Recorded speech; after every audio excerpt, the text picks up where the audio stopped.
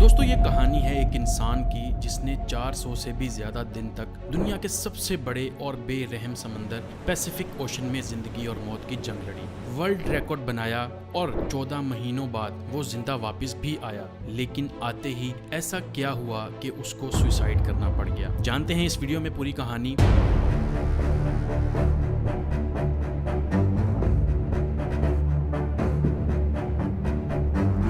Pacific ocean का नाम सुनते ही लोगों को पसीने आ जाते हैं। देखें, पूरी दुनिया में 71% पानी है जो डिवाइडेड है 4 ओशंस में, जिनके नाम हैं Atlantic, Pacific, Indian and Arctic. सबसे बड़ा ओशन पैसिफिक है। ये इतना बड़ा है कि जमीन का खुश्क हिस्सा जो 165 मिलियन स्क्वायर किलोमीटर बनता है, ये अकेला ओशन 148 मिलियन स्क्वायर किलोमीटर को निगल सकता है। इस ओशन पर कुछ ही आइलैंड्स हैं जो बहुत ही छोटे हैं और कुछ तो ऐसे आइलैंड्स हैं जिन पर आज तक कोई इंसान जा भी नहीं सका। अब अगर गलती से भी कोई इंसान पैसिफिक ओशन में गुम हो जाए तो उसको ढूंढना तकरीबन नामुमकिन है। पैसिफिक ओशन में 14 महीनों तक जिंदा रहने वाले इंसान का नाम था होजे सल्वाडोर अल्वारेंगा। इस इंसान के पास 7 फुट की छोटी सी बोट थी जिस पर सीधा लेटा भी नहीं जा सकता था सही से, और ये बंदा 1 साल से भी ज्यादा इस बोट पर जिंदा भी रहा, समंदर की बेरहमी का भी मुकाबला किया और वर्ल्ड रिकॉर्ड भी बनाया जो आज तक कोई और इंसान तोड़ भी नहीं सका। होजे सिर्फ अपनी किस्मत से मजबूर था कि वो इस बदतरीन मुश्किल में फंस गया। ये बात है 2012 की। होजे 36 साल का एक तजर्बाकार मछेरा था जो मेक्सिको के एक गांव कोस्टा अजूल में रहता था। 17 नवंबर 2012 में होजे और उसका एक साथी मिलकर फिशिंग करने निकलते हैं, मामूल की तरह अपनी 7 फुट की छोटी सी बोट पर। इस बोट पर वो ज्यादा दूर जाके मछली नहीं पकड़ सकते थे क्योंकि बोट बहुत छोटी थी जिस पर एक इंजन और एक ही फ्रिज था, तो ये कुछ ही मछलियां पकड़ सकते थे। दोनों ने 30 घंटे में वापस आने का फैसला किया। दोनों निकल पड़ते हैं। मेक्सिको के साहिल से 120 किलोमीटर दूर अपना जाल समंदर में बिछा रहे होते हैं कि अचानक एक खतरनाक समुद्री तूफान उनको अपनी तरफ आता नजर आता है। वक्त बचाने के लिए वो जाल को भी वहीं छोड़ देते हैं और बोट को फुल स्पीड पर भगाते हैं। मुसलसल 6 घंटों तक वो साहिल से सिर्फ 20 किलोमीटर ही दूर थे कि बोट का इंजन अचानक खराब हो जाता है। उनको साहिल भी दिख रहा था और उनका गांव भी। तूफान काफी पीछे रह गया था। उनके पास एक रेडियो था जिसके जरिए उन्होंने अपनी लोकेशन अपने बॉस को भेज दी और जवाब का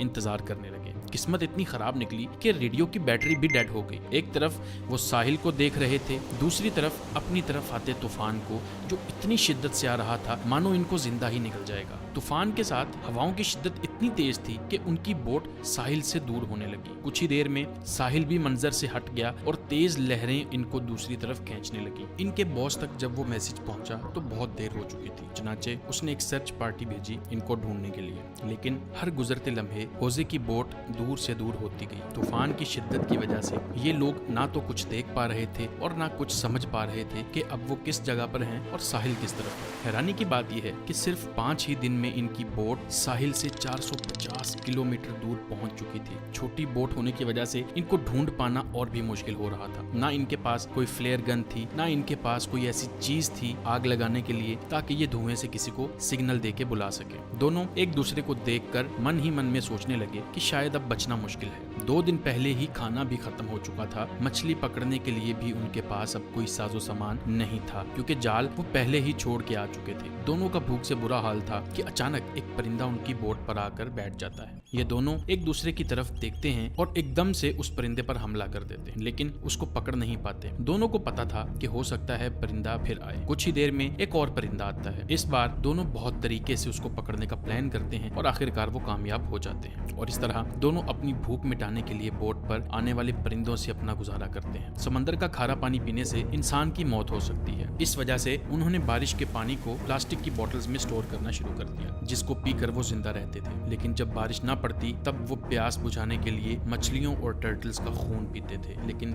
वो भी तब जब वो उनको पकड़ने में कामयाब हो जाते थे। दिन गुजरते गए और फिर महीने। ये दोनों जिस मेंटल टॉर्चर से गुजर रहे थे वो इमेजिन करना भी हमारे लिए बहुत मुश्किल है। आखिरकार होजे का साथी ये टॉर्चर बर्दाश्त ना कर सका और 4 महीनों के बाद उसने सुसाइड कमिट कर लिया और अब बोट पर सिर्फ होजे अकेला था और उसके चारों तरफ पानी ही पानी था, जिसको देखकर उसको जिंदगी की कोई उम्मीद बाकी नहीं नजर आ रही थी। लेकिन अपने हालात से तंग आकर वो जैसे तैसे जिंदगी गुजारने लगा। मैप्स में देखा जाए तो एक अंदाजे के मुताबिक होजे पैसिफिक ओशन के इस हिस्से में मौजूद था, जिसको दुनिया का खामोश तरीन हिस्सा माना जाता है, क्योंकि यहाँ से सिर्फ कार्गो शिप्स ही गुजरती हैं। मेक्सिको के साहिल को छोड़े 6 महीनों से भी ज्यादा हो चुके थे और इस दौरान होजे ने अपने साथी को भी खो दिया था। इस वजह से वो काफी ज्यादा फ्रस्ट्रेट हो चुका था। एक दिन होजे को दूर समंदर में एक कार्गो शिप नजर आती है। पिछले 6 महीनों में ये पहली शिप उसको नजर आई थी और ये मंजर देखते ही उसमें जिंदा रहने की उम्मीद फिर से वापस आ गई। होजे ने कार्गो शिप की तरफ हर मुमकिन इशारा करने की कोशिश की, लेकिन बदकिस्मती से शिप इतनी दूर थी कि होजे को वो ना देख सके और देखते ही देखते होजे की नजरों से वो शिप भी गायब होने लगी और वो ये सोचने लगा कि शायद मेरी किस्मत में मरना ही लिखा है। दोस्तों जरा सोचें, 6 महीने तक आप दुनिया की ऐसी जगह पर टक हो जहाँ पर आपको दूसरा इंसान भी नजर नहीं आता, और अगर एक लंबे अरसे के बाद आपको कोई दिखे लेकिन वो आपको ना देख सके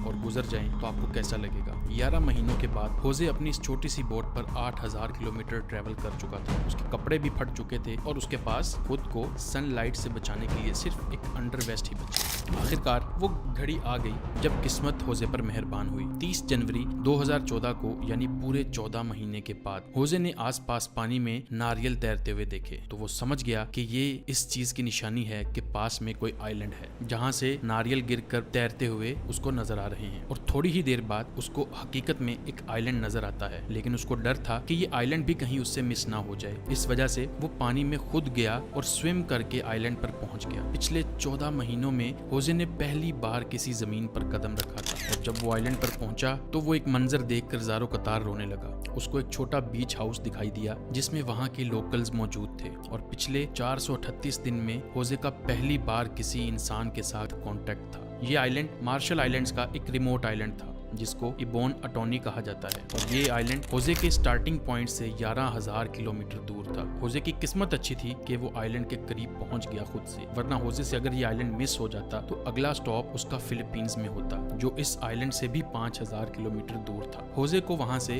अपने घर वापस भेजा गया और पहुंचते ही वो एक और मुसीबत से गिर गया। वापस पहुंचने पर होजे ने 438 दिन के नाम से एक बुक भी पब्लिश की, मगर होजे पर अपने साथी को मारने का इल्जाम लगाकर उस पर केस कर दिया गया। वही साथी जिसने होजे के मुताबिक सुसाइड किया था। इतना कुछ देखने के बाद जिंदा वापस आने वाला शख्स जो अपनी सफाई बयान ना कर सका और उसको जेल भेज दिया गया, होजे ने परेशान आकर सुसाइड कमिट कर लिया और इस तरह से ये स्टोरी कंप्लीट होती है। उम्मीद है आपको ये वीडियो पसंद आएगी। अगर इस तरह की मजीद वीडियोस आप देखना चाहते हैं हमारे चैनल को सब्सक्राइब कर लीजिए। आपसे मिलते हैं अगली वीडियो में। अल्लाह हाफिज।